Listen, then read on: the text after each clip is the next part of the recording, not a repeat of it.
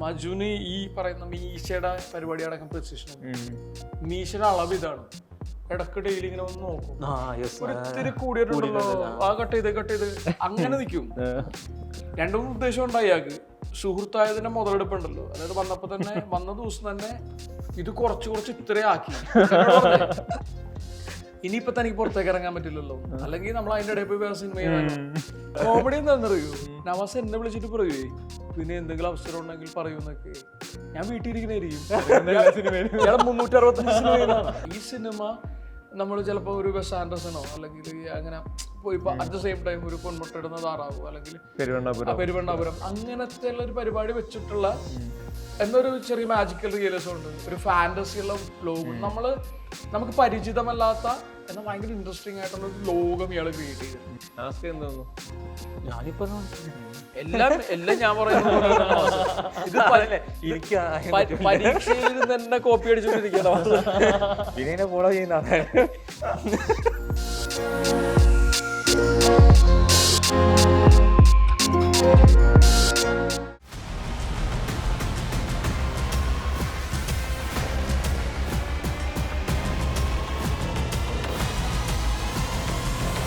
The Q show ടൈമിൽ Nawaz Vinay, welcome.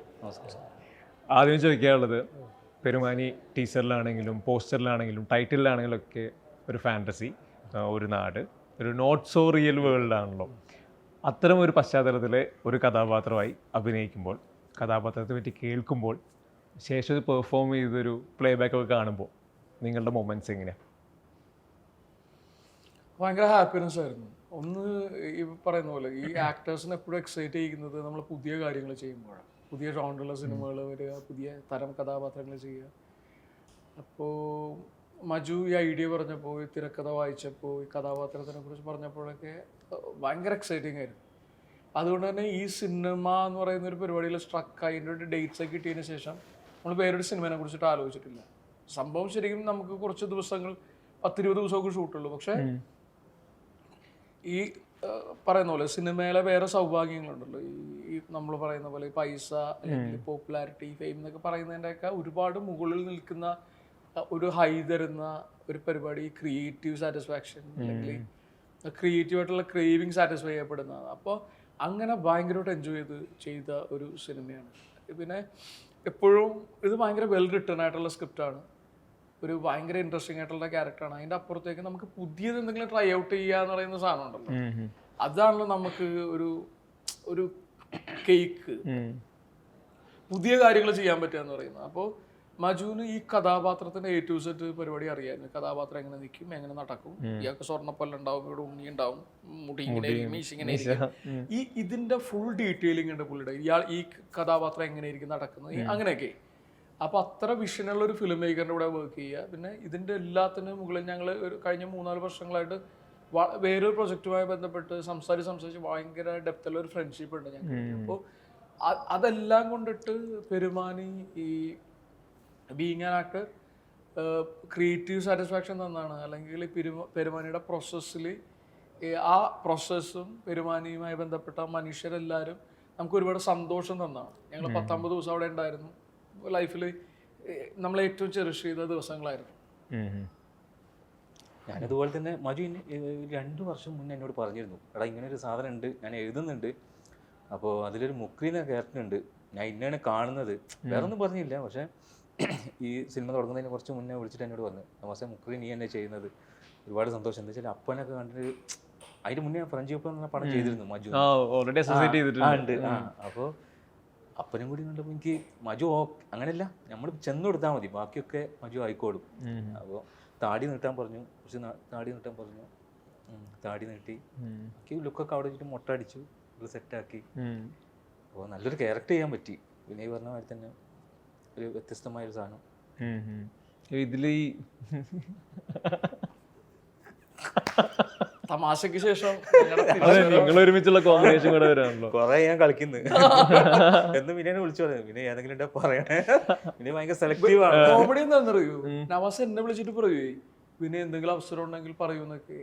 ഞാൻ വീട്ടിലിരിക്കുന്നതായിരിക്കും. 365 അല്ല ഞാൻ ചെയ്യുന്നതൊക്കെ തന്നെ തമാശ പോലത്തെ ഒരു പടം ചെയ്യാനേ, അതാണ് എനിക്ക് ഏറ്റവും ഗുണം ചെയ്തൊരു പടമാണ്. ഈ തമാശ ഇതിലൊക്കെ നമ്മളവരെ നമ്മളെ ചൂസ് ചെയ്യുന്നതല്ല, അവര് നമ്മളെ ചൂസ് ചെയ്യുന്നത്. അതിലേക്ക് എത്തിപ്പെടുക എന്ന് പറയുന്ന പോലെ അതുപോലെ തന്നെ കേട്ടോ ശരിക്കും ഈ പെരുമാനി പരിപാടി. എനിക്ക് നവാസ് പറഞ്ഞിട്ടായിരുന്നു മജു എന്നെ 4-5 വർഷം മുമ്പ് ആദ്യം മജുവിന്റെ ഫോൺ കോൾ എനിക്ക് വന്നു. എനിക്ക് മജുവിനെ അറിഞ്ഞുകൂടാ. ആ സമയം ഇയാൾ എന്നെ വിളിച്ചത് ഈ ക്യാരക്ടറിനെ കുറിച്ചിട്ട് പറയാൻ വേണ്ടിയിട്ടാണ്. അതെ, അതില് ഇയാൾ കണ്ടത് വേറൊരു സ്റ്റാർ കിഡിനൊക്കെ വെച്ചിട്ട് പുള്ളി കണ്ടൊരു പരിപാടിയാണിത്. ഇയാൾ എന്നെ ആദ്യം വിളിക്കുന്ന ആ ടൈമിന് എനിക്ക് ഇയാൾ അറിയാനേ പാടില്ല. അപ്പൊ അതിനുശേഷം ഫോൺ എടുത്തു സംസാരിക്കുകയൊക്കെ ചെയ്തു. അപ്പോ അതിനുശേഷം പിന്നെ ഞങ്ങൾ വേറൊരു പരിപാടിയെ ബന്ധപ്പെട്ട് ഷംസു എന്ന് പറഞ്ഞ ഒരാളാണ് ഈ സിനിമയുടെ മറ്റേ നമ്മള് ഒരു വീട്ടിലേക്ക് കയറി ചെല്ലുമ്പോൾ ഒരു ഫോട്ടോ ഉണ്ടാവില്ല, വീടിന്റെ നാഥൻ. അപ്പൊ ഷംസുദ്ദീൻ മണർക്കത്തൊടി ഷംസു എന്ന് പറയുന്നത് ഷംസു നമ്മുടെ കൂടെ തമാശയിലെ അസിസ്റ്റന്റ് ഡയറക്ടർ ആയിരുന്നു. അപ്പൊ ഷംസു ആണ് നമ്മൾ ഇത്തരം ഈ പ്രൊജക്ട് മാത്രമല്ല, ഷംസു ഭയങ്കര ഇൻട്രസ്റ്റിംഗ് ആയിട്ടുള്ള പ്രൊജക്ടുകളിലേക്ക് നമ്മൾ എത്തിക്കുന്ന ഒരാളാണ്. അങ്ങനെ ഷംസുവിന്റെ ഒരു കോള് വന്നു കഴിഞ്ഞാൽ മനസ്സിൽ ഹോപ്പാണ്. കുറച്ച് പേരേക്കും പുള്ളി മൊത്തത്തില് എന്നാലും. അപ്പോ മറ്റേ അങ്ങനെ പിന്നെ ഞങ്ങൾ ഷംസു വഴി എന്നെ മജു വേറെ പ്രൊജക്ട് പറയാൻ വന്നു. ആ ടൈമിൽ സക്രിയെ പ്രൊഡ്യൂസ് ചെയ്തിട്ട് അങ്ങനെ ആ പ്രൊജക്ടിന്റെ ജേർണി 3-4 വർഷം നീണ്ടു. നമ്മളെ പ്രൊജക്ട് നടത്താൻ വേണ്ടി ശ്രമിച്ചു, നടന്നില്ല. അവസാനം ആ പ്രൊജക്ട് എല്ലാം ഓണായി നടക്കാൻ പോയപ്പോൾ വേറൊരു ബ്ലോക്ക് ബസ്റ്റർ പടം വന്നു. അതുമായിട്ട് ചെറിയൊരു സിമിലാരിറ്റി ഉള്ളതുകൊണ്ട് ആ പ്രൊജക്ട് ഇപ്പൊ നമുക്ക് ചെയ്യാൻ പറ്റില്ല എന്ന് പറയുന്ന ഒരു അവസ്ഥയിൽ പിന്നെ മജു അപ്പൻ ചെയ്തു. അങ്ങനെ അങ്ങോട്ട് പോയി.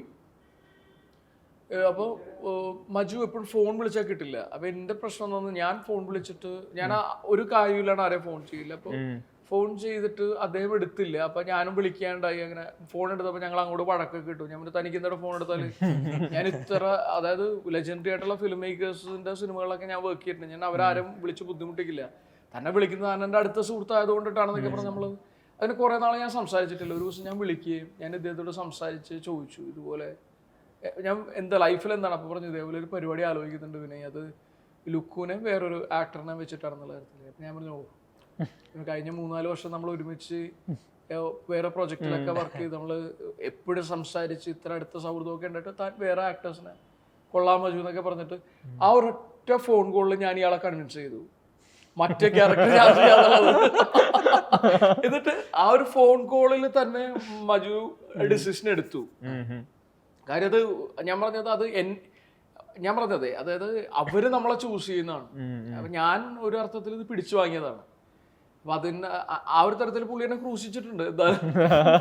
പക്ഷെ ഈ പറയുന്ന പോലെ ഇത് ഞാനായാലും ഞങ്ങളെല്ലാവരും ഇപ്പൊ നമുക്കൊരു സിനിമ, ഒരു ഗംഭീര സിനിമ, നല്ല സിനിമ ചെയ്യാനേ പറ്റുള്ളൂ. ഇപ്പൊ ഈ സിനിമ ഭയങ്കര വെൽ റിട്ടേൺ സ്ക്രിപ്റ്റ് ആണ്. ഇപ്പൊ റാൽഫിനൊക്കെ അറിയാൻ പറ്റും. മജു ഇങ്ങനെ ഒരു വേൾഡ് ക്രിയേറ്റ് ചെയ്യും. അയാളുടെ സിനിമകളുടെ ഒരു രീതിയാണ്. അപ്പൊ അതിൽ നിന്ന് ഡിഫറെന്റ് ആണ് ഈ സിനിമ. ഇപ്പൊ അപ്പൻ എന്ന് പറഞ്ഞ സിനിമയിൽ നമ്മൾ കണ്ടിട്ടുള്ളത് പോലത്തെ ഒരു ലോകമാണ് അയാൾ ക്രിയേറ്റ് ചെയ്തിരിക്കുന്നത്. ഈ സിനിമ നമ്മൾ ചിലപ്പോൾ ഒരു വെസ് ആൻഡേഴ്സണോ അല്ലെങ്കിൽ അങ്ങനെ ഇപ്പൊ അറ്റ് ദ സെയിം ടൈം ഒരു പൊന്മുട്ടയിടുന്ന താറാവോ അല്ലെങ്കിൽ പെരുവണ്ണാപുരം അങ്ങനത്തെ ഉള്ള ഒരു പരിപാടി വെച്ചിട്ടുള്ള എന്നൊരു ചെറിയ മാജിക്കൽ റിയലിസം ഉണ്ട്, ഒരു ഫാന്റസി ഉള്ള ലോകം. നമുക്ക് പരിചിതമല്ലാത്ത എന്നാൽ ഭയങ്കര ഇൻട്രസ്റ്റിംഗ് ആയിട്ടുള്ള ഒരു ലോകം ഇയാൾ ക്രിയേറ്റ് ചെയ്തിട്ടുണ്ട്. ആ ലോകത്തിലെ വളരെ വ്യത്യസ്തരായിട്ടുള്ള മനുഷ്യർ, അവരുടെ രൂപത്തിലായാലും വസ്ത്രത്തിലായാലും അവരുടെ ചെയ്തികളിൽ അവർ ഓടിക്കുന്ന വണ്ടികളിലായാലും ഒക്കെ ഒരു കളർ പാലറ്റും ഒരു പുതുമ എന്ന് പറഞ്ഞാൽ ഒരു എക്സ്പെരിമെന്റൽ എന്ന് പറയുന്ന ഒരു റിസ്കും ഇല്ല ഇതിന്. ഭയങ്കര രസകരമായിട്ടുള്ള ഒരു എക്സ്പെരിമെന്റിൽ നടന്നിട്ടുണ്ട്. അറ്റ് ദ സെയിം ടൈം ഇപ്പൊ ഞാൻ കഴിഞ്ഞ ഒരു പരിപാടിയിൽ ഞാൻ സൺഡേയും കൂടെ പറയണായിരുന്നു, ഇത് ഈ സിനിമയിൽ ഏത് ക്യാരക്ടർ എന്ത് ഇമോഷൻ പ്ലേ ചെയ്ത് കഴിഞ്ഞാലും ഇയാൾക്ക് അതിന്റെ അവസാനത്തെ ഔട്ട്കം വേണ്ട ഹ്യൂമറാണ്. അതെന്തും ആയിക്കൊള്ളട്ടെ. ഒരാൾ കരയുമ്പോഴും അല്ലെങ്കിൽ ഒരാളുടെ ഈ പറയുന്ന പോലെ ഒരാൾ അരിശപ്പെടുമ്പോഴും. ഇപ്പൊ ഞാൻ കുറച്ചും കൂടി ഗ്രേ ഷെയ്ഡുള്ള, ഞാൻ കുറച്ച് ആന്റാഗോണിസ്റ്റ് പോലെയുള്ള പരിപാടിയാണ്. പക്ഷെ ഇദ്ദേഹത്തിന് ലൈക്കബിലിറ്റി ഉണ്ടാവണം. ഒരു ഷോട്ടിൽ ചിലപ്പോൾ ഞാൻ ഈ വില്ലനിസത്തിന്റെ ലിമിറ്റ് ഒരിത്തിരി കൂടുകയോ അല്ലെങ്കിൽ നമ്മുടെ കണ്ണ് കുറച്ചും കൂടി ഷാർപ്പാകുകയോ ചെയ്ത് കഴിഞ്ഞാൽ അപ്പൊ തന്നെ മജുകൊണ്ട് പറയും പിന്നെ ലൈക്കബിലിറ്റി വിടാൻ പറ്റില്ല. അല്ലെങ്കിൽ ഒരു പരിപാടി ചെയ്യുമ്പോൾ ഭയങ്കര കൺവിൻസിങ് ആയിരുന്നു പക്ഷെ തമാശ വർക്കായില്ല. അപ്പൊ ഇങ്ങനെ ഒരു ചലഞ്ചിങ് ആയിട്ടുള്ള ഒരു ജേർണി ആയിരുന്നു. ഇപ്പൊ ഇതിലെനിക്ക് തോന്നുന്നു ഈ പറഞ്ഞ ക്യാരക്ടേഴ്സിലും ഈ വേൾഡിലൊക്കെ ഏറ്റവും ഇൻട്രസ്റ്റിംഗ് സാധനം ആക്ടേഴ്സിനുള്ളത് ഈ റിയാക്ഷൻസ് ആണ് തോന്നിയിട്ടുണ്ട്. ഇപ്പൊ ഈ ഓവർ ദി ടോപ്പ് ആയിരിക്കണം, ഈ റിയാക്ഷനിലെ ആളുകൾക്ക് ഈ ലൈക്കബിലിറ്റി ഏറ്റവും ടഫസ്റ്റ് ആയിട്ട് നമ്മൾ പറയില്ലേ ഓവർ ദ ടോപ്പ് എന്ന് പറയുന്നത്. നമ്മൾ ഈ great actors over the top ചെയ്യുമ്പോൾ കാണുന്നത് എന്താണെന്ന് വെച്ച് കഴിഞ്ഞാൽ അവര് ലൈക്ക് ഷൗട്ട് ചെയ്യുകയോ അവര് എന്ത് ഭ്രാന്ത് ചെയ്ത് കഴിഞ്ഞാലും അതിൽ ഭയങ്കര സോൾ ഉണ്ടാവും, അതിൽ സത്യസന്ധത ഉണ്ടാവും. അത് ഭയങ്കര ടഫാണ്. ഇപ്പോൾ ഈ സിനിമയുടെ ഒരു പ്രത്യേകത, ഇത് മനേഷ് മാധവൻ എന്ന് പറഞ്ഞ സിനിമാറ്റോഗ്രാഫറാണ് ചെയ്തിരിക്കുന്നത്. മനേഷ് ഞാൻ ഒരുമിച്ച് പഠിച്ച ഫിലിം സ്കൂളിൽ. അപ്പോൾ മനേഷും മജുവും കൂടെയുള്ള പരിപാടിൻ്റെ ഒരു ഇത് ഈ സിനിമ ചെയ്യാൻ തീരുമാനിക്കുമ്പോൾ തന്നെ മനേഷ് സിനിമാറ്റോഗ്രാഫറായിട്ട് വരുമ്പോൾ തന്നെ മനേഷിനോട് മജു പറയുന്ന നറേഷനൊക്കെ ഞാൻ കേട്ടിട്ടുണ്ട്. ഇതിൻ്റെ ഒരു ഇപ്പം നമ്മൾ അമലി എന്നൊക്കെ പറയുന്ന സിനിമകളിൽ അതിൻ്റെയൊക്കെ പോലത്തെ ഫ്രെയിമിങ്ങുകളിലടക്കം ഇയാളുടെ സിഗ്നേച്ചർ ഉണ്ട്. അപ്പോൾ ആക്ടേഴ്സിന്റെ ചലഞ്ചാണ്. ഇപ്പൊ പ്രത്യേകിച്ച് എന്റെ ക്യാരക്ടർ ഇപ്പൊ നമ്മള് ടീസറിൽ തന്നെ കണ്ടിട്ടുണ്ടാവും. ഇയാൾ ഇങ്ങനെ നോക്കുന്ന പരിപാടി ഉണ്ടല്ലോ. അപ്പൊ ഒരു ക്യാമറ കുറച്ച് ഡിസ്റ്റൻസിൽ ഇരുന്നിട്ട് ഇങ്ങനെ നോക്കുമ്പോൾ നമുക്ക് ജഡ്ജ്മെന്റ് ഉണ്ടാവും, ഇത് ക്യാമറ ഇവിടെ ആയിരിക്കും. അപ്പോ ഈ ഐ മൂവ്മെന്റ്സ് ഉണ്ടല്ലോ, ഇത് മുഴുവൻ നമ്മൾ കാൽക്കുലേറ്റ് ചെയ്യേണ്ടി വരും. അപ്പൊ അത് ഈ ഭയങ്കര ടഫാണ് ശരിക്കും നമ്മൾ ഈ ഓവർ ദി ടോപ്പ് പരിപാടി ചെയ്യാന്ന് പറഞ്ഞാൽ. എങ്ങനെയായിരുന്നു ഈ ഓവർ ദി ടോപ്പ് ഈ റിയാക്ഷൻ കൊടുക്കുന്നത്? പലപ്പോഴും ഈ ക്യാമറയാണ് നമ്മുടെ മുന്നിലുള്ളത്, അവിടെയാണ് ഈ റിയാക്ഷൻ കൊടുക്കുന്നത്. അതിന്റെ ഒരു രസം എങ്ങനെയായിരുന്നു ശരിക്കും?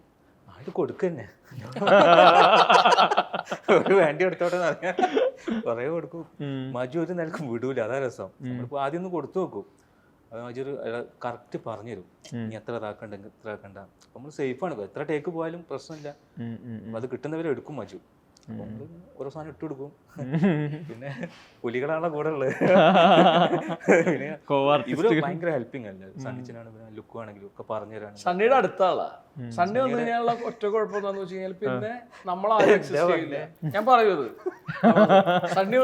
സണ്ണി ഇപ്പൊ എന്റെ അടുത്ത സുഹൃത്താണ്, സണ്ണിയുടെ അടുത്ത സുഹൃത്താണ്. പിന്നെ എന്നെ പുള്ളിക്ക് മാനിപ്പുലേറ്റ് ചെയ്യാൻ പറ്റും. എന്നോട് എന്താണ് വിനയെന്നൊക്കെ പറഞ്ഞ് എന്നെ ഒതുക്കാൻ പറ്റും. എനിക്ക് സണ്ണീന്റെ അടുത്ത് നടക്കൂല. അത് അതുകൊണ്ട് സണ്ണി വന്നു കഴിഞ്ഞാല് നവാസ് സണ്ണീനെ ചുറ്റിപ്പറ്റി ഉണ്ടാവും. സണ്ണി ചിലപ്പോ നവാസിന് ഷൂട്ട് ഉണ്ടെങ്കിൽ കൂടി എന്റെ കഴിഞ്ഞു വാ നവാസ് എന്ന് പറയുമ്പോ നവാസ് ചിലപ്പോ വണ്ടി കയറി പോയി കളയും. അവിടെ എനിക്ക് വോയിസ് ഇല്ല. സണ്ണി വന്നു കഴിഞ്ഞാൽ ഇപ്പൊ ഇവിടെ തന്നെ സണ്ണി വിനയൊക്കെ ഒരേമാതിരിയാണ്. പക്ഷെ നമ്മളുടെ അടുത്ത് ആ ആത്മാർത്ഥത ഇല്ല. സണ്ണിനോട് ഭയങ്കര ഒരു രസകരമായിട്ടുള്ള ഒരു പരിപാടി. ഫസ്റ്റ് ലുക്ക് ഇറങ്ങിയല്ലോ, ഫസ്റ്റ് ലുക്ക് ഇറങ്ങിയതിന് ശേഷം ഞാൻ പറയും ഞാൻ ഇരിക്കില്ല. ഫസ്റ്റ് ലുക്ക് ഇറങ്ങിയതിന് ശേഷം ഒരു ട്രോള്, അപ്പോ അതില് പെരുമാനിയുടെ ഫസ്റ്റ് ലുക്ക് ഇറങ്ങി, ഗംഭീര ഔട്ട്ലുക്കിൽ സണ്ണി വെയിൻ ലുക്ക് മാൻ അവറാന്നൊക്കെ പറഞ്ഞിട്ട് താഴത്തെ എന്റെ ലുക്ക് കാണിച്ചിട്ട് പക്ഷെ ഇങ്ങേര് പറഞ്ഞിട്ടുള്ള ഒരു ലുക്ക് താഴത്തിൽ ആലടച്ചിരിക്കുന്നു. എനിക്ക് അഴിച്ചു തന്നേക്കാണ്. എനിക്ക് ഭയങ്കര ചിരി. അപ്പോ എനിക്ക് ചിരി വന്നിട്ട് പക്ഷെ എനിക്ക് നവാസ് എങ്ങനെ റിയാക്ട് ചെയ്യണമെന്ന് അറിയണം. ഞാൻ വെറുതെ വോയിസ് മെസ്സേജ് അയച്ചു, ഞാൻ നവാസേ എന്നോട് നിങ്ങൾക്ക് എന്തു ആവാലോ നവാസ്, എന്നെ പരിഹരിച്ചോ കുഴപ്പമൊന്നുമില്ല എന്നിട്ട് ഞാനൊരു സാധനം അങ്ങോട്ട് അടച്ചു കൊടുത്തു. നവാസ് ഒരു 10 മിനിറ്റുള്ള വോയിസ് മെസ്സേജ് റെസ്പോണ്ട് ചെയ്തേക്കാണ്. അതായത് ഇതിനെയൊന്നും വിചാരിക്കരുത്, ഞാൻ ഇതിലൊരു തമാശ കണ്ടുകൊണ്ട് മാത്രം നിങ്ങളെ വേദനിപ്പിക്കാന്ന് പറയുന്നത് നിങ്ങൾ സണ്ണിയും സിനിമയിലുണ്ട് എന്റെ ഏറ്റവും അടുത്ത സുഹൃത്താണെന്ന് പറഞ്ഞൊരു പ്രബന്ധം. വോയിസ് അങ്ങനെ ഞാൻ എന്ത് തെറ്റാ എന്നോട് ചെയ്തെന്നൊക്കെ വെച്ചിട്ട് ഞാൻ കുടുങ്ങി ടെൻഷനാക്കി. ഇത് തന്നെ ആഡ് ഓൺ ചെയ്യാനുള്ളത്, ഇപ്പൊ നിങ്ങൾ ഓൾറെഡി തമാശകള് ഒരുമിച്ച് പെർഫോം ചെയ്യുന്നുണ്ട്. അവിടെ ഈ പറഞ്ഞ ഒരു കംഫർട്ട് നിങ്ങളുടെ ഇടയിൽ വരുന്നുണ്ട്. അതിൽ ഗിവ് ആൻഡ് ടേക്കുകളാവാം, ഒരുമിച്ച് സ്ക്രീൻ ടൈം സ്പെൻഡ് ചെയ്യണതായിരിക്കാം. അവിടുന്ന് പെരുമാനി എത്തുമ്പോഴേ ഈ കംഫർട്ടിന്റെ ഡെപ്ത് കൂടുതലല്ലോ ശരിക്കും ചെയ്യുന്നത്. ശരിക്കും എവിടെ നിങ്ങളുടെ ഈ കംഫർട്ട് കിട്ടുന്നത് ഈ കോ ആർട്ടിസ്റ്റ് ഇടയ്ക്ക്? സെറ്റിൽ വരുമ്പോൾ നമുക്കൊരു ഹാപ്പിയാണ്. വിനയ് ഉണ്ട് അവിടെ, നമ്മൾ സംസാരിക്കും. ഇത് വരുമ്പോ ഞാൻ സംസാരിക്കും, ഞങ്ങൾ ഈവൻ സീനൊക്കെ ഡിസ്കസ് ചെയ്യും. പിന്നെ നവാസ് ഭയങ്കര ലേണറാണ്. നമ്മൾ ഗിവ് ആൻഡ് ടേക്ക് എന്ന പരിപാടി നമ്മുടെ ഇടയിൽ ഭയങ്കര സ്ട്രോങ് ആണ്. ഞങ്ങൾ ആക്ടിങ്ങിനെ കുറിച്ചിട്ടും അല്ലെങ്കിൽ സിനിമയെ കുറിച്ചിട്ടൊക്കെ ഞങ്ങൾ ഇങ്ങനെ സംസാരിച്ചുകൊണ്ടിരിക്കും. എനിക്ക് നവാസിന്റെ കാര്യത്തിലുള്ള അതിയായ സന്തോഷം എന്താണെന്ന് വെച്ച് കഴിഞ്ഞാൽ തമാശയിൽ ഞാൻ വർക്ക് ചെയ്യുമ്പോൾ തമാശ കുറച്ചും കൂടി സമീർ ഖാനെ പോലത്തെ ഒരാൾ ക്യാമറ ചെയ്യുന്ന സിനിമ, അപ്പൊ സമീർ ഖാനെ നമുക്ക് ഒട്ടും പറഞ്ഞുകൂടാ. അപ്പൊ അതിന്റെ കുറച്ച് സീരിയസ്നെസ് ഞങ്ങൾക്കിടയിലുണ്ട്. ഒരു മാത്സ് ടീച്ചറൊക്കെ വരുന്നത് പുള്ളി ജെം ഓഫ് എ പേഴ്സൺ ആണ്. പുള്ളി മൈൻഡ് ബ്ലോയിങ് ആണ്. ലൈക്ക് DOP ആവട്ടെ, മനുഷ്യനാവട്ടെ. ഷൈജുവിന്റെ അടുത്ത സുഹൃത്താ, സമീർക്ക് ഷൂട്ട് ചെയ്യുന്നുണ്ട്, അഷ്റഫ്. അപ്പൊ പിന്നെ അത് പ്രത്യേകിച്ച് നമ്മളിങ്ങനെ പ്രൊട്ടാഗണിസ്റ്റ് ആണ്. അങ്ങനെ പല കാര്യങ്ങളുടെ ഒരു സീരിയസ്നെസ് അവിടെ ഉണ്ട്. തമാശ പിന്നെ വിനയുടെ ക്യാരക്ടറിനാണ് എന്റെ സിനിമ ഫോളോ ചെയ്യുന്നത്. അതെ അതെ, അങ്ങനെ ഒരു സാധനം കൊണ്ട് സമീർ ഖാൻ എന്ന് പറഞ്ഞ ഫാക്ടർ എവിടെയും ഉണ്ടായിരുന്നു. അപ്പൊ ഞാനും കുറച്ച് സീരിയസ് പരിപാടിയായിരുന്നു. നവാസ് ആണെങ്കിൽ ഒടുക്കത്തെ സീരിയസ് ആണ്. അതായത് നവാസ് വെറുതെ ഇങ്ങനെ പറയുന്ന പോലെ ആ മാഷെ പറയുന്ന ഒരു പരിപാടി ഉണ്ടെങ്കിൽ നവാസ്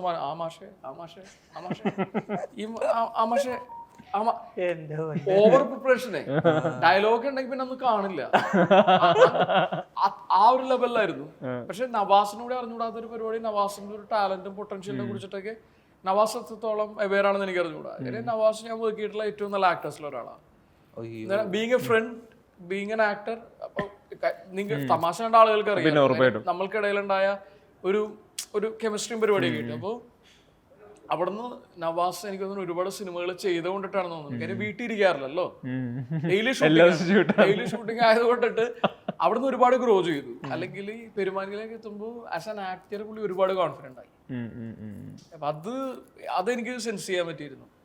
ഈ പെരുമാനത്തെ പോലത്തെ ഇത്രയും ഈ കാരിക്കേച്ചർ സ്വഭാവമുള്ള ക്യാരക്ടേഴ്സ് വരുമ്പോൾ ഇതിൽ ഈ ലുക്ക് ഭയങ്കര പ്രധാനപ്പെട്ടതാണല്ലോ. പിന്നെ ഓൾറെഡി ഷൂട്ട് തീരുന്നതിന് മുന്നേ ഈ ലുക്ക് വന്ന് ട്രെൻഡിങ് ആക്കുന്നു, സംസാര വിഷയമാക്കുന്നു. ഇപ്പോൾ നവാസ് ലുക്ക് ആണെങ്കിലും ഇതിലെല്ലാ തരത്തിലും നിങ്ങളെ മൊത്തത്തിലൊരു നിങ്ങൾ തന്നെ ഒരു കാരിക്കേച്ചറായി മാറുവാണല്ലോ ആ ലാൻഡില്, ആ സ്പേസില്.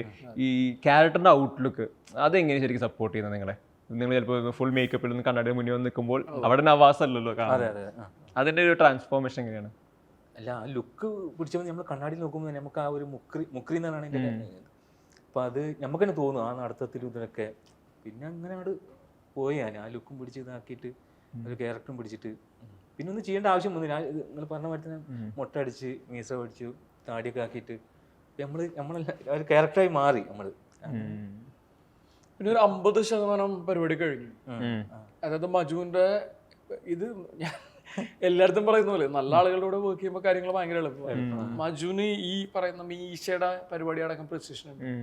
മീശയുടെ അളവ് ഇതാണ്. ഇടക്ക് ഡെയിലി ഇങ്ങനെ ഒന്ന് നോക്കും, ഒരിത്തിരി കൂടിയിട്ടുണ്ടല്ലോ, ആ കട്ട് ചെയ്ത് അങ്ങനെ നിൽക്കും. രണ്ടും ഉദ്ദേശം ഉണ്ടായി അയാൾക്ക്.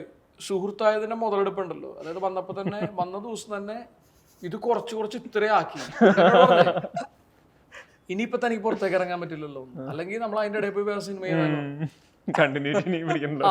എന്നോട് ഒരു 15 ദിവസമോളോട് അതൊക്കെ പറഞ്ഞ് വിളിച്ചിട്ട് ഞങ്ങൾ ഒരു 50 ദിവസം ഏതാണ്ട് അവിടെ ഉണ്ടായിരുന്നു.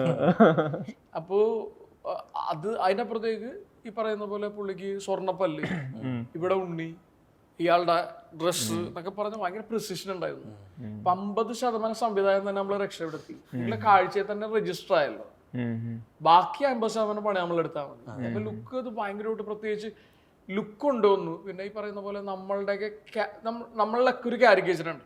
അങ്ങനെ കാരിക്കേച്ചറിഷ് ആയിട്ടുള്ള ആളുകളെ ഹാൻഡ് പിക്ക് ചെയ്തിട്ടുണ്ട്. ഇപ്പൊ നമ്മുടെ കൂട്ടത്തിൽ മണവാളനാണ് ഞങ്ങളെ മ്യൂച്വൽ ഫ്രണ്ട് ആണ്. മണവാളൻ എന്ന് പറഞ്ഞിട്ട് അവര് വെബ് സീരീസ് എന്തോ അവന്റെ പേരെന്താ ശരിക്കും? ഷിജിത്ത്. മണവാളൻ നമ്മുടെ അടുത്ത സുഹൃത്ത് എന്റെ നവാസിന്റെ. മണവാളിനെ മുന്നോട്ട് കൊണ്ടുപോയിട്ട് നവാസിനെ ഫീൽഡ് ഔട്ട് ആക്കാനുള്ള ശ്രമമാണ് എന്റെ. പരിചയപ്പെടുത്തി കൊടുത്തു മണവാളൻ. പിന്നെ ഈ കൃഷ്ണൻകുട്ടി നായർ സാറിന്റെ മകനുണ്ട് ശിവൻ ചേട്ടൻ. അങ്ങനെ ഒരു സീരീസ് ഓഫ് ആളുകളുണ്ട്. ഇവരൊക്കെ കാഴ്ചയിൽ തന്നെ കാരിക്കേച്ചർ. ഞാൻ ഈ മീശയൊക്കെ വെച്ചിട്ട്, ഞാൻ ആ മുടിയൊക്കെ വെച്ച് ഞാൻ കാരിക്കേച്ചർ. അപ്പൊ അങ്ങനെ ഹാൻഡ് പിക്ക് ചെയ്തിട്ടുണ്ട്. അപ്പൊ ഈ പറയുന്ന നമ്മള് ആഹാര്യം എന്ന് പറയുന്ന പരിപാടി തന്നെ പകുതി പരിപാടി ഓക്കെയാണ്. അപ്പൊ ഈ വേൾഡ് ക്രിയേറ്റ് ചെയ്യാൻ കുറച്ചും കൂടി എളുപ്പമാണ്. അല്ലെങ്കിൽ എനിക്ക് തോന്നുന്നു മജു മനസ്സിൽ വിഭാവനം ചെയ്ത സിനിമ ചെയ്യാൻ ഒരു 10 കോടി രൂപയെങ്കിലും ആവും. അപ്പൊ നമുക്ക് അവൈലബിൾ ആയിട്ടുള്ള ബഡ്ജറ്റിൽ ഈ ഔട്ട് എങ്ങനെ ക്രിയേറ്റീവ്ലി ഉണ്ടാക്കാം എന്ന് പറയുന്ന ഒരു അന്വേഷണമായിരുന്നു മജു. എനിക്ക് തോന്നുന്നു ഇപ്പോൾ നമ്മുടെ ഈ ഇൻഡസ്ട്രിയുടെ മാറ്റത്തെ പറ്റി സംസാരിക്കുന്നു. എല്ലാ തരത്തിലുള്ള സിനിമകൾക്കൂടെ ആക്സെപ്റ്റൻസ് വരുന്നു. ഇപ്പോൾ സ്റ്റാർ ഡ്രിവൺ സിനിമകളിൽ മാത്രം ഫോക്കസ് ചെയ്യാതെ എല്ലാ തരത്തിലുള്ള സിനിമകൾക്കും, അത് മികച്ചൊരു സിനിമയാണെങ്കിൽ ഓഡിയൻസ് തിയേറ്ററിൽ കാണാൻ വരുന്നുണ്ട്. പൊതുവേ നമ്മുടെ ഒരു മോബ് സൈക്കോളജി തന്നെ സിനിമ വിജയിപ്പിക്കണം എന്നുള്ളതായി മാറുന്നുണ്ട്.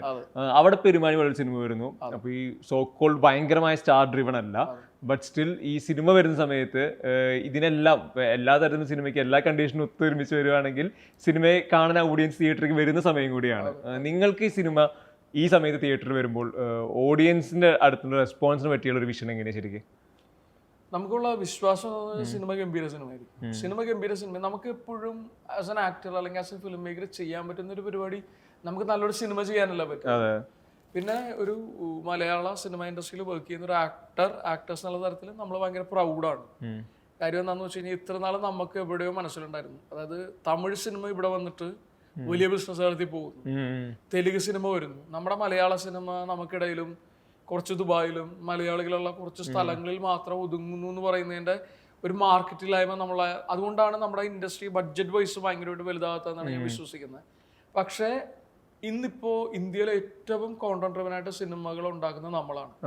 അതെന്നും ആളുകളെ അംഗീകരിക്കുന്ന ഒരു പരിപാടി. അപ്പൊ അവിടെ നിന്നാണ് ഈ അടുത്ത് വന്ന സിനിമകള് ചെന്നൈയിൽ പോയിട്ട് ഇത്ര പൈസ കളക്ട് ചെയ്യുന്നു, ഹൈദരാബാദിൽ പോയിട്ട് ഇത്ര പൈസ കളക്ട് ചെയ്യുന്നു, ഇന്ത്യ കണ്ട ഏറ്റവും വലിയ സംവിധായകൻ ആ സിനിമയും ആക്ടേഴ്സിനെയും ഫിലിം മേക്കറിനെ അപ്രീഷിയേറ്റ് ചെയ്ത് സംസാരിക്കുന്നു അല്ലേ.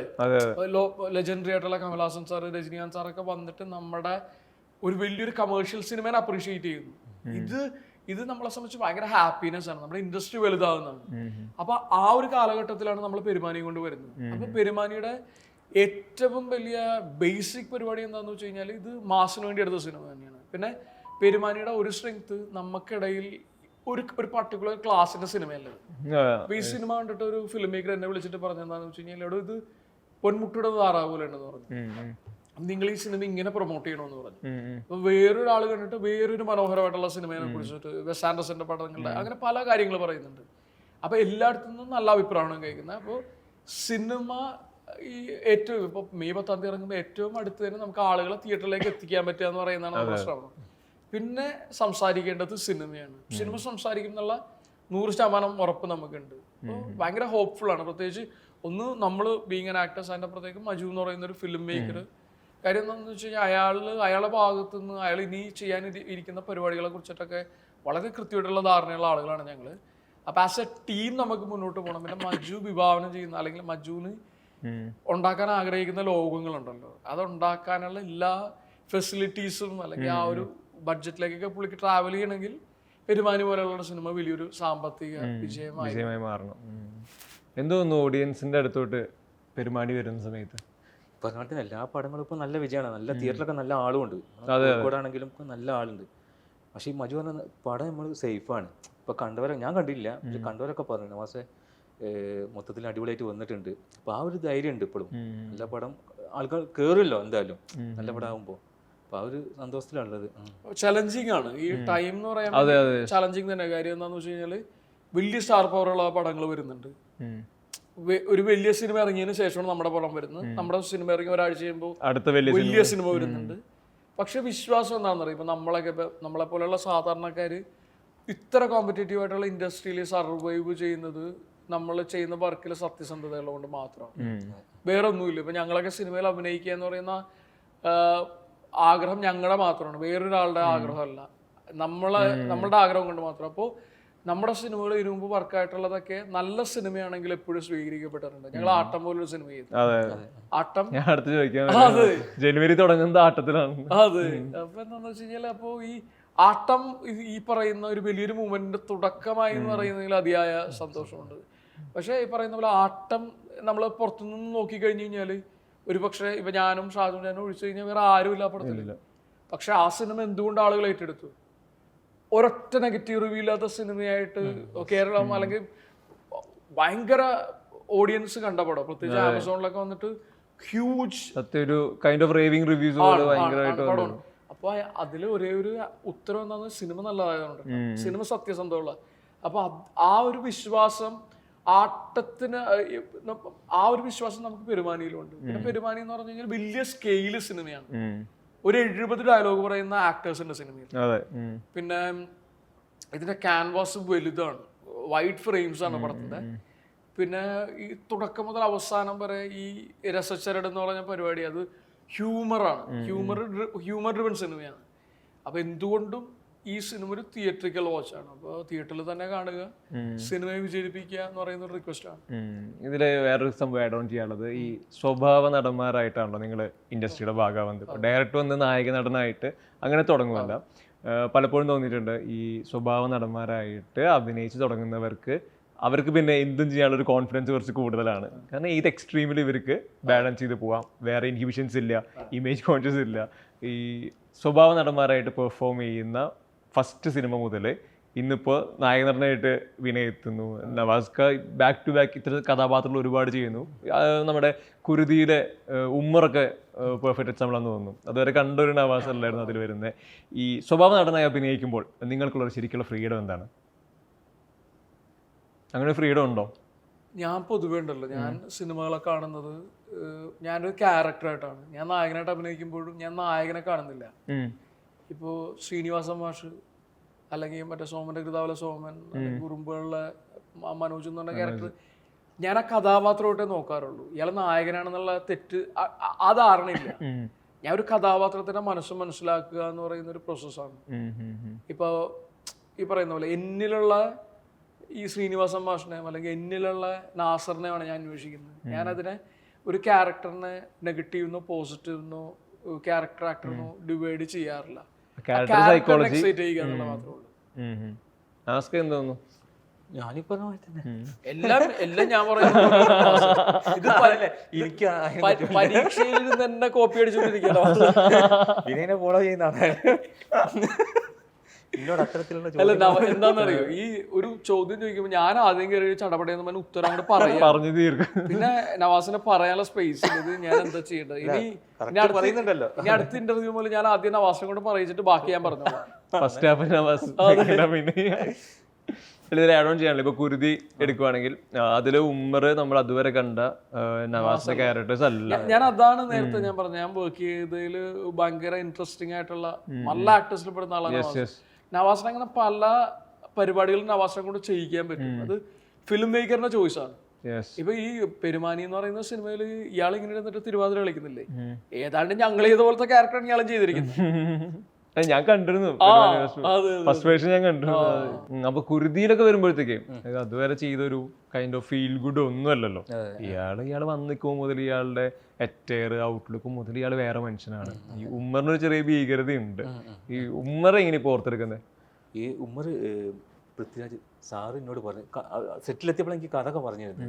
അപ്പോൾ ഉമ്മർ ഇതാണ്, ഉമ്മറിനെ കത്തി കൊണ്ട് കുത്തിയാൽ പോലും ഒരു എക്സ്പ്രഷൻ ഉണ്ടായാലും മുഖത്ത് ഇങ്ങനെ നിൽക്കേണ്ടാവുള്ളൂ. ഇങ്ങനെ പറഞ്ഞു ഇങ്ങോട്ട് ഒരു സാധനം കയറ്റി തന്നു എനിക്ക് ഉള്ളിൽ. ഇപ്പൊ ആസിഡ് വെച്ചപ്പോൾ പെടഞ്ഞു കളിക്കുന്നൊന്നുമില്ലല്ലോ, മുഖത്തൊക്കെ അത് പൊള്ളിയിട്ടുള്ളൂ, അയാൾ ഇങ്ങനെ നിൽക്കുകയുള്ളൂ. അപ്പൊ ഇതൊക്കെ വന്നപ്പോൾ ഞാനൊരു സാധനം പിടിച്ച് ഇതാക്കി. പിന്നെ പറഞ്ഞ പോലെ തന്നെ ആ ലുക്കും ഇതൊക്കെ വന്നപ്പം സാറെ കൂടുതൽ ബാക്കിൽ ഇങ്ങനെ നിന്നാൽ മതിയായിരുന്നു. പക്ഷെ ആ സ്റ്റണ്ട് സീൻ കണ്ടപ്പോഴേ ചെയ്യുമ്പോൾ അത്ര ഇതാക്കിയില്ല. പിന്നെ അവര് സെറ്റിൽ നിന്ന് അവര് മ്യൂസിക് ഒക്കെ കയറ്റി കണ്ടിട്ട് എല്ലാവരും കാണുന്നുണ്ട്. അപ്പൊ എന്നെ വിളിച്ച് അവസ്ഥ വന്ന് നോക്കുന്നതാണ്. അപ്പൊ ആ മ്യൂസിക് സ്റ്റണ്ട് സൗണ്ടൊക്കെ അവിടെ കൊടുത്തപ്പോൾ ഞാൻ തന്നെ കരിഞ്ഞു ചെയ്യുന്ന സെറ്റിൽ നിന്ന് ഞാൻ ബാക്കിൽ ഇത് ഞാൻ തന്നെയാണോ എന്നുള്ളത് നമ്മള്. പക്ഷെ തിയേറ്ററിലല്ല, മറ്റേ ഇതിലായിപ്പോയി OTT. എല്ലാവരും കമന്റ് ഒക്കെ ഉണ്ട്, എല്ലാവരും പറഞ്ഞു അവസ്ഥ ഇത് തിയേറ്ററിലാണെങ്കിൽ കുറച്ചുകൂടി ഹൈപ്പ് കിട്ടുകയാണ്. അല്ല, ആ ടൈമിൽ ഭയങ്കര അപ്രീഷിയേറ്റ് ചെയ്യപ്പെട്ടാണ്. ആക്ടേഴ്സ് ശരിക്കും അങ്ങനെയല്ല, ഞങ്ങളെ കണ്ടെത്തുന്നത് ഫിലിം മേക്കേഴ്സാണ്. ഞാൻ ഈ പ്രേമം ചെയ്യുന്നവരെ എന്നെ കൊണ്ട് ഒരാളും കോമഡി ചോദിച്ചിട്ടില്ല. പ്രേമത്തിലേക്ക് ഞാൻ എത്തുമ്പോൾ നെഗറ്റീവ് ഷെയ്ഡ്. അപ്പൊ ഞാൻ വിചാരിച്ചിരുന്നു ഞാൻ അങ്ങനെ ഇന്ത്യൻസ് ക്യാരക്ടേഴ്സ് ഒക്കെ ചെയ്ത് മുന്നോട്ട് പോകാൻ സാധ്യതയുള്ള ഒരു ആക്ടറായിട്ട് മാത്രമാണ് ഞാൻ കണ്ടത്. അല്ലെങ്കിൽ ബാക്കിയുള്ളതൊക്കെ നമ്മളെ കൊണ്ട് പറ്റും. ഹ്യൂമർ എങ്ങനെ ട്രാക്ക് ചെയ്യണം ഒരു ഫോർമുല ഒന്നുമില്ലല്ലോ. പക്ഷെ നമ്മളൊരു ഹ്യൂമർ പരിപാടി ഉണ്ടെന്ന് കണ്ടുപിടിച്ചിട്ട് നമ്മളെ കൊണ്ട് ചെയ്യിച്ച് ആ ക്യാരക്ടറിനെ സക്സസ്ഫുൾ ആക്കിയത് ഫിലിം മേക്കറാണ്. നമ്മൾ അത് തന്നെയാണ് നവാസിന്റെ പരിപാടിയിലും. ഫിലിം മേക്കേഴ്സ് നമുക്ക് നമ്മളെ ചലഞ്ച് ചെയ്യുന്ന പോലത്തെ ഓപ്പർച്യൂണിറ്റീസ് തന്നു കഴിഞ്ഞാൽ നമുക്ക് എന്തും ചെയ്യാൻ പറ്റും എന്ന് പറയുന്നൊരു അവർക്ക് വിശ്വാസം വേണം. വിനയ് നേരത്തെ പറഞ്ഞല്ലോ ഞാൻ ഭയങ്കര പഠിക്കും ഇതാക്കും എന്നൊക്കെ. പക്ഷെ നമ്മൾ സെറ്റിൽ വന്ന് കാണാൻ വിനയ് എല്ലാവരും കൊടുത്ത് തമാശ പറയും, ചിരിക്കും കളിക്കും ഇതൊക്കെ. പക്ഷെ അന്ന് ഒരു A4 sheet 2 A4 sheet full dialogue ഉണ്ട് വിനയ്ക്ക്. പക്ഷെ അതിന്റെ ഗുട്ടൻസ് ഇപ്പൊ പറയണം നിങ്ങള്. അപ്പൊ തമാശക്ക് പറയും, ആക്ഷൻ പറയും, ഇത്രയും ഡയലോഗ് പറയും. അപ്പൊ എന്താണ് എവിടെ നിങ്ങൾ പഠിക്കുന്നത് എനിക്ക് മനസ്സിലാകുന്നില്ല. നമ്മളെ കൂടെ എല്ലാത്തിനും ഉണ്ടാവും ചിരിയും കളിയും വർത്തനം. ഓക്കെ തുടങ്ങാന്നൊക്കെ പറഞ്ഞിട്ട് ഇത്രയും ഡയലോഗ് പറയും. ഒന്ന് ഈ സിനിമയിൽ എന്നെ കാസ്റ്റ് ചെയ്യപ്പെട്ട് കഴിഞ്ഞപ്പോ മജു ഓൾറെഡി സ്ക്രിപ്റ്റ് അടിച്ചു തന്നു. സ്ക്രിപ്റ്റ് അടിച്ച് എന്നിട്ട് ഇതിൻ്റെ എനിക്ക് ഈ സിനിമയിൽ ഇപ്പൊ ഓരോ സിനിമ ചെയ്യുമ്പോൾ നമ്മള് ഈ പറയുന്ന പോലെ നമ്മള് കുറച്ചും കൂടി ബെറ്റർ ആയിട്ടുള്ള നമ്മളാകുക എന്നുള്ളത്. ഒരു മനുഷ്യനായാലും നടനായാലും ഞാൻ എന്തായിരുന്നു അതിൽ നിന്ന് എനിക്ക് മുന്നോട്ട് പോകാൻ പറ്റുക എന്നുള്ളതാണ്. അപ്പോൾ ഈ സ്ക്രിപ്റ്റ് എനിക്ക് അടിച്ചു തന്നിട്ട് ഞാൻ വായിച്ചിട്ട് ഞാൻ അഭിപ്രായമൊക്കെ പറഞ്ഞ് എന്നോട് പറഞ്ഞു, എടോ അവസാനമുള്ള മോണലോഗ് ഉണ്ട്, അത് സിംഗിൾ ടേക്ക് ആയിരിക്കും എന്ന് പറഞ്ഞു. അത് സിംഗിൾ ടേക്ക് ആയിരിക്കും എന്ന് പറഞ്ഞിട്ട്, പക്ഷെ നമ്മുടെ ഭാഗ്യം എന്താണെന്നറിയോ, മഞ്ജു ഏറ്റവും ഷൂട്ടിന്റെ ഏതാണ്ട് അവസാനം നമുക്ക് കുറെ ടൈം കഴിഞ്ഞിട്ടാണ് അതിലേക്ക് ആ പോകുന്നത്. ഗ്രോത്ത് എത്തി. അപ്പൊ എനിക്ക് കഥാപാത്രത്തിനെ കുറിച്ചിട്ട് വളരെ കൃത്യമായിട്ടുള്ള ധാരണ വന്നു തുടങ്ങി. പിന്നെ അത് കൂടാണ്ട് ഞാനത് മറ്റേ ഈ പറയുന്ന നമ്മൾ പ്രാക്ടീസ് ചെയ്യും. നമ്മൾ റൂമിലിരുന്ന് ആയി കഴിഞ്ഞാലും ഒരു രസമല്ലേ. ഒരു ഗായകൻ എന്ത് ചെയ്യും, അയാൾ മ്യൂസിക് പാട്ട് പ്രാക്ടീസ് ചെയ്യും, ഇൻസ്ട്രുമെന്റ് വായിക്കുന്ന ആൾ അയാളെ പ്രാക്ടീസ് ചെയ്യുന്ന പോലെ തന്നെ ആക്ടേഴ്സും പ്രാക്ടീസ് ചെയ്യണം എന്ന് വിശ്വസിക്കുന്ന ഒരാളാണ് ഞാൻ. പക്ഷെ പ്രാക്ടീസ് ചെയ്തു എന്ന് നമ്മൾ ചെയ്യുമ്പോ തോന്നാനും പാടില്ല. പ്രാക്ടീസ് ചെയ്തു എന്ന് തോന്നരുത്. നമ്മൾക്ക് ആ ടൈമിന് ഞാൻ എൻ്റെ മനസ്സിൽ നിന്ന് പറയുന്ന പോലെ ഇരിക്കണം. പിന്നെ ഇപ്പൊ നവാസ് എന്നോട് ഡയലോഗ് പറയുമ്പോൾ ഏറ്റവും വലിയ ചലഞ്ച്, എനിക്ക് ഓൾറെഡി സ്ക്രിപ്റ്റ് അറിയാം, 10 റീടേക്ക് പോയിട്ടുണ്ടാവും, എന്നാലും ആദ്യമായിട്ട് കേൾക്കുന്ന പോലെ കേൾക്കാം, ഇത്തരം കാര്യങ്ങൾ. അപ്പൊ ഞാൻ ഈ ഡയലോഗ് വെറുതെ ഇരിക്കുമ്പോൾ നമ്മളത് അതിന്റെ പല തരത്തിൽ ചെയ്തൊക്കെ നോക്കും. അപ്പൊ മജു ഇപ്പൊ ഇന്നലെ പറഞ്ഞു, ഇത് വെറുതെ തമാശക്ക് കൂട്ടുകാരായതുകൊണ്ട് പറഞ്ഞു, എന്താണ് ഇയാളുടെ എൻ്റെ ഒരു നെഗറ്റീവ് പറയാൻ പറഞ്ഞു. ഞാൻ പറഞ്ഞു, മജു പറഞ്ഞു ഞാൻ ഭയങ്കരമായിട്ട് ഇൻവോൾവ് ആവുന്നു ഞാൻ ക്യാരക്ടറിൽ ഭയങ്കരമായിട്ട് ഇൻവോൾവ് ആവും. അപ്പൊ ഞാൻ മജുവിനോട് ഒരു കൗണ്ടർ അടിച്ചു, ഈ പറയുന്ന മോണലോഗില്ലേ, ഇത് എന്ന് പറഞ്ഞാൽ എനിക്ക് ഭയങ്കര എൻറ്റയർ സിനിമയിൽ ഏറ്റവും ഹാപ്പിനെസ് കിട്ടിയ കാര്യം, അത് 8 വേരിയേഷൻ ചെയ്തു. 8 വേരിയേഷൻ ചെയ്തു. അതായത് ആദ്യത്തെ ടേക്ക് ഓക്കെ ആയിരുന്നു, കട്ട് ചെയ്തിട്ട് ഞാൻ മജു ഞാനും കൂടി ഇരുന്ന് എന്നോട് നമുക്കൊരു കാര്യം ചെയ്യാം, ഇയാള് പറയുന്നത് തിണ്ടിത്തരവും, പക്ഷെ ഇയാൾ ചിരിച്ചിട്ടാണ് ഞാൻ എന്റെ കൈ കിട്ടിട്ട് ആ സാധനത്തിലേക്ക് പോവാന്ന് പറഞ്ഞു. ഞാൻ പറഞ്ഞു നോക്ക്. അത് കഴിഞ്ഞിട്ട് പറഞ്ഞു എക്സെൻട്രിക് ആയിട്ടൊരു പരിപാടി, ഇത് തന്നെ നമ്മൾ ഭയങ്കര എക്സെൻട്രിക് ആയിട്ട് ആ സാധനം ഓക്കെ. അത് കഴിഞ്ഞിട്ട് പറഞ്ഞു ആദ്യത്തെ പാര നമുക്ക് കുറച്ചും കൂടെ ന്യൂട്രലായി തുടങ്ങിയിട്ട് പതുക്കെ ഇയാളുടെ കയ്യിൽ നിന്ന് പോവുകയാണ്. പതുക്കെ കയ്യിൽ നിന്ന് പോയി പെട്ടെന്ന് ഞാൻ വിജിലേഷനെ കാണുമ്പോൾ വീണ്ടും നോർമൽ ആകുന്നു, പിന്നെ ഇയാളുടെ കയ്യിൽ നിന്ന് പൊട്ടുന്നു. അങ്ങനെ ഞങ്ങളൊരു 8 വേരിയേഷൻ ചെയ്തു. 8 വേരിയേഷൻ ഈ പറയുന്ന മോണോലോഗ്, എനിക്ക് തോന്നുന്നു 1.5-2 മിനിറ്റുള്ള മോണോലോഗ് ഞങ്ങൾ 8 തരത്തിൽ ചെയ്തു നോക്കി. 8 വർക്കബിൾ ആയിരുന്നു. ഞാൻ പറഞ്ഞ അത് എനിക്ക് ഭയങ്കര ഹാപ്പിനെസ് കിട്ടി. അല്ലെങ്കിൽ ഒരു ഫിലിം മേക്കർ നമ്മളോട് 8 ഓപ്ഷൻ ചോദിക്കുമ്പോൾ നമുക്ക് കൊടുക്കാൻ പറ്റിയ നമ്മൾ തന്നെ എക്സ്പ്ലോർ ചെയ്യാണല്ലോ. അങ്ങനെയാണല്ലോ നമ്മൾ തന്നെ പഠിക്കുന്നത്. അവസാനം ചോദിക്കുകയാണെങ്കിൽ ഈ പെരുമാനി പേര് മുതലേ ഈ നാട് തന്നെയാണ് അതിന്റെ പ്രധാന കഥാപശ്ചാത്തലം. നായകൻ പെരുമാനിയാണ്. ഈ സ്പേസ് ഇപ്പോൾ നമ്മളിപ്പോൾ ഒരു IT കമ്പനിയിൽ പ്രൊഫഷണലായിട്ട് അഭിനയിക്കുമ്പോൾ നമുക്ക് ആ സ്പേസ് പ്രധാനപ്പെട്ടതാണ്. ഡ്രൈവർ ആകുമ്പോൾ ആ വണ്ടി നമുക്ക് പ്രധാനപ്പെട്ടതാണ്. ഇതൊരു നാട് മൊത്തം നിങ്ങളുടെ ആവണം, നിങ്ങളുടെ നടക്കുന്ന രീതി. ഇത് ഈ പറഞ്ഞ പോലെ ആദ്യമായിട്ട് നടക്കുന്ന പോലെ നടക്കാൻ പറ്റത്തില്ല. നമ്മൾ സ്ഥിരം നടക്കുന്ന തൊടികളായിരിക്കണം, പോകുന്ന വീടുകൾ, ഓടിക്കുന്ന വണ്ടി, ഇതൊക്കെ നമുക്ക് ഭയങ്കര പരിചിതമായിരിക്കണം. ഈ സ്പേസിനെ നിങ്ങളുടേതാക്കി മാറ്റുന്ന പ്രോസസ്സ് അത് ഭയങ്കര വലുതാണോ, ഭയങ്കര ബുദ്ധിമുട്ടുള്ളതാണോ? ഒട്ടും ആയിരുന്നില്ല. ഇനി ഒരുപാട് സ്ട്രെങ്ത് ഉണ്ട്. ഇത് കുറച്ചും കൂടെ ഫാമിലി ഓറിയന്റഡ് പരിപാടി. ഇപ്പൊ ഞാൻ, നവാസ്, മജു, സണ്ണി, ഷംസു, ലുക്മാൻ, മനേഷ് ഞാൻ ഒരുമിച്ച് ഞാൻ പറഞ്ഞ പോലെ ഫിലിം മനേഷിന്റെ കൂടെ വർക്ക് ചെയ്യുന്ന ആളുകൾ, ഇത് മുഴുവൻ നമ്മുടെ സുഹൃത്തുക്കളാണ്. നമുക്ക് അങ്ങനെ ഒരു സ്ട്രോങ് ഒരു പ്രൊഡക്ഷൻ സെറ്റപ്പ് കൂടി അങ്ങനെ ഒരു ഭയങ്കര പ്രൊഡ്യൂസേഴ്സിന്റെ ഇൻവോൾവ്മെന്റ് അങ്ങനെയൊന്നും ഇല്ല. നമ്മളൊരു ഭയങ്കര ഒരു കൂട്ടായ്മയിൽ നിന്നാണ് ഈ സിനിമ ഉണ്ടായിട്ടുള്ളത്. അല്ലെങ്കിൽ ഈ പ്രൊഡക്ഷൻ സൈഡൊക്കെ നോക്കിയിരിക്കുന്നത് നമ്മുടെ കൂട്ടുകാരൊക്കെ തന്നെ. പിന്നെ ഈ പറയുന്ന പോലെ എപ്പോഴും ഒരു ക്ലാരിറ്റിയുള്ള ഫിലിം മേക്കറിന്റെ കൂടെ നമുക്ക് എന്ത് ചെയ്യാൻ പറ്റും. ഫിലിം മേക്കറിന്റെ വിശ്വാസമാണ് ഒരു നടന്റെ സ്ട്രെങ്ത്. ഇപ്പോൾ റാൽഫ് ഒരു ഫിലിം മേക്കറാണ്. റാൽഫ് എന്നെ ഇതുവരെ കാണാത്ത തരത്തിലുള്ള ഒരു കഥാപാത്രമായിട്ട് നിങ്ങൾക്ക് കാണാൻ പറ്റി, നിങ്ങൾക്ക് അതിൽ വിശ്വാസമുണ്ട്, എനിക്ക് ഇയാളെ കൊണ്ട് ചെയ്യാൻ പറ്റും എന്ന് പറഞ്ഞു കഴിഞ്ഞാൽ നിങ്ങൾ ഉദ്ദേശിക്കുന്ന ലെവലിലേക്ക് ലിഫ്റ്റ് ആകാൻ നമുക്ക് പറ്റും. അപ്പോൾ മജുവിൻ്റെ ക്ലാരിറ്റിയാണ് ഇത്. പൂർണ്ണമായിട്ടും നമ്മൾ എല്ലാ സിനിമകളുമാണ് ഇത്. മജു എല്ലാ സ്ഥലത്തും സിഗ്നേച്ചർ ഇട്ടിട്ടുണ്ട്. ഈ ഒരു കോസ്റ്റ്യൂമിൻ്റെ കളറിൽ, അല്ലെങ്കിൽ നമ്മുടെ മീശയിൽ, ആ എഴുത്തിൽ, അല്ലെങ്കിൽ അതിൽ ഉപയോഗിച്ചിട്ടുള്ള ഒരു മറ്റേ ഒരു പട്ടിയോ പൂച്ചയോ ആരോടെ ഇതിനൊക്കെ ഒരു കണക്ഷൻ ഉണ്ടാവും. വെറുതെ ഒരു തുമ്പിയോടി പറഞ്ഞിട്ടില്ല പടത്തിൽ. അങ്ങനെ പറയാൻ പറ്റുന്നൊരു സിനിമയാണ്. എങ്ങനെയാണ് ഈ സ്പേസിനെ സ്വന്തമാക്കുന്നത്?